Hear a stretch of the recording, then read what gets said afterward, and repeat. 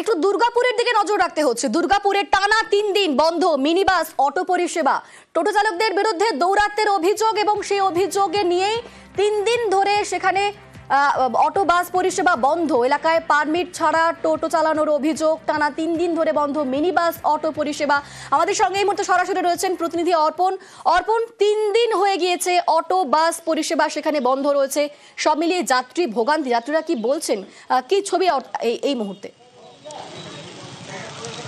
দেখো, একেবারে যাত্রী ভোগান্তি তো রয়েছে, কারণ টানা 3 দিন ধরে যে হারে মিনি বাস এবং অটো পরিষেবা দুর্গাপুরে বন্ধ, একেবারেই বলা যেতেই পারে প্রায় 227টি মতো মিনি বাস এবং 200-র বেশি অটো সেই পরিষেবা তারা বন্ধ করে রেখেছেন। কারণ তাদের দাবি যে টোটো চালকদের দৌরাত্ম্য, কারণ তারা যেখানে সেখানে প্যাসেঞ্জার তুলছে, পারমিট ছাড়াই রুটে চালাচ্ছে।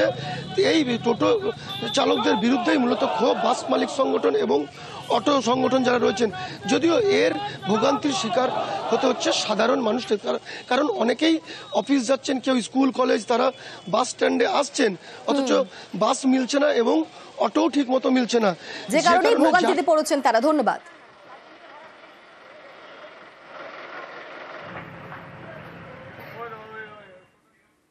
টানা বৃষ্টি, তারই সঙ্গে জমা জল, সব মিলিয়ে রাস্তায় ধস এবং বীরভূমের দুবরাজপুরে ভাঙলো কালভার্ট ভেঙে পড়াতে সমস্যায় 20টি গ্রামের বাসিন্দারা।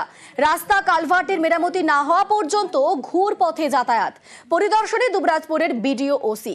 দ্রুত রাস্তা মেরামতির আশ্বাস তৃণমূল অঞ্চল সভাপতির। আমি রসুলপুর থেকে গেছিলাম সাপুর, আমার প্যাসেঞ্জার ছাড়া আছে, আনতে গেছিলাম নিয়ে এখানে দেখছি রাস্তাটা পুরো ভেঙে গেছে, মানে ধসে গেছে রাস্তাটা, এমনকি পেরানো যাবে না এদিকে। আমাকে কালভার্ট ব্রিজটা আছে, ওই ব্রিজটা শুধু ভেঙে গেছে। খবর পাওয়ার পর আমি রাস্তায় আসি, তো এদিকে এসে দেখি এদিকেও রাস্তার কালভার্টটা ধস নেমে পড়ে গেছে। তো এদিকে না যেতে পারলে আমাকে আবার ঘুরে 12-13 কিলোমিটার ঘুরে যেতে হবে, যাতে এই রাস্তাটা তাড়াতাড়ি ঠিক হয়। এটাই আমি বলবো, যাতে এই রাস্তাটা ঠিক হয়, ওই জন্য আমি বলবো যাতে সবারই পাবলিক মানুষ যাতে না ঘুরে যেতে হয়। জলের চাপে ভাঙলো 2 গ্রামের মাঝের সাঁকো। দেখুন যে ছবিটা দেখাচ্ছি, জলের চাপেই ভেঙে গিয়েছে 2 গ্রামের মাঝখানের যে সাঁকো, যে কারণেই রীতিমতো ভোগান্তিতে পড়েছেন মধ্যম গ্রামের নেতাজি পল্লীর বাসিন্দারা। সাঁকো ভেসে যাওয়াতে বিচ্ছিন্ন যোগাযোগ। লাগাতার বৃষ্টিতে জলমগ্ন বিস্তীর্ণ এলাকা। জলবন্দী কয়েক হাজার মানুষ। বাঁশ দিয়ে সাঁকো তৈরির উদ্যোগ বাসিন্দাদের। পরিস্থিতির মোকাবিলার চেষ্টায় পঞ্চায়েত।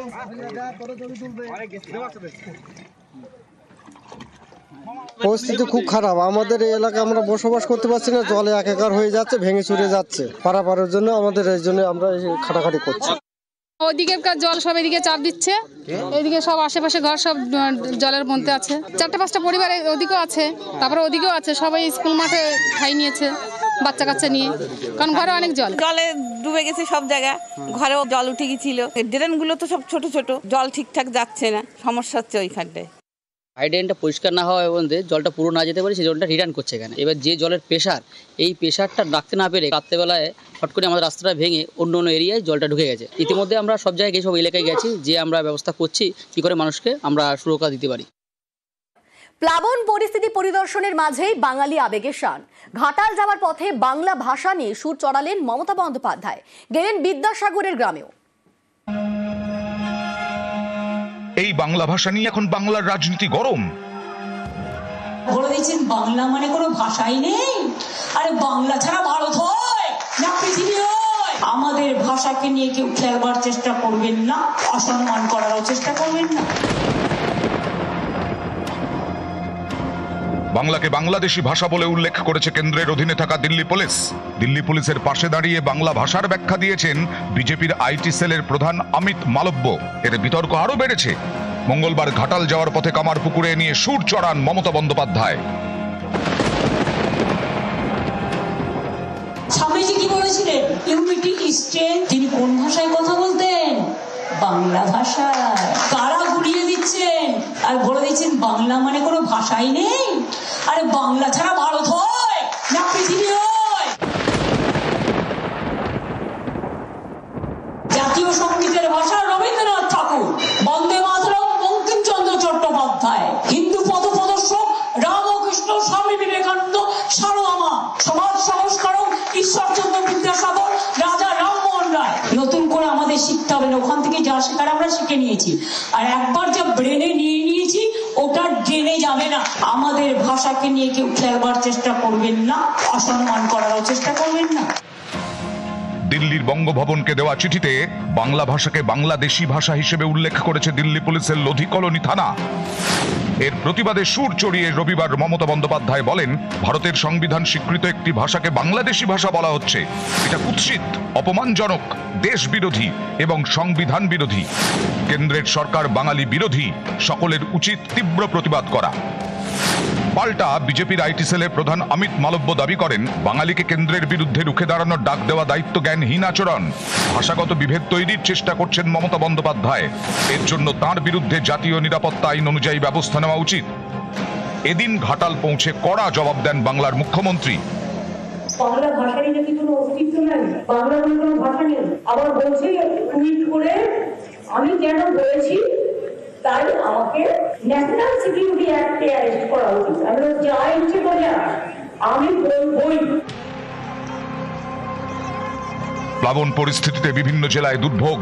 পরিস্থিতি খতিয়ে দেখতে জেলা সফরে বেরিয়েছেন মুখ্যমন্ত্রী। হুগলি হয়ে পশ্চিম মেদিনীপুর। সেই সফরের মাঝেই বাঙালি আবেগে শান। বর্ণ পরিচয়ের স্রষ্টা ঈশ্বরচন্দ্র বিদ্যাসাগরের জন্মভূমি বীর সিংহ গ্রামে মমতা বন্দ্যোপাধ্যায়। তাঁর হাতে তুলে দেওয়া হয় বিদ্যাসাগরের মূর্তি। বাংলার বাইরে বাংলা বললেই হেনস্থা, বাংলাদেশি বলে দাগিয়ে দেওয়ার চেষ্টা। প্রতিবাদে ইতিমধ্যেই পথে নেমেছেন মমতা বন্দ্যোপাধ্যায়। বোলপুর থেকে ভাষা আন্দোলনের কর্মসূচি শুরু করেছেন। বুধবার ঝাড়গ্রামে বাংলা ভাষা নিয়ে মমতা বন্দ্যোপাধ্যায়ের মিছিল। বলে দিয়েছেন বাংলা মানে কোনো ভাষাই নেই, আরে বাংলা ছাড়া ভারত হয় না পৃথিবী হয়। আমাদের ভাষাকে নিয়ে কেউ খেলবার চেষ্টা করবেন না, অসম্মান করারও চেষ্টা করবেন না। নিউজ 18 বাংলা।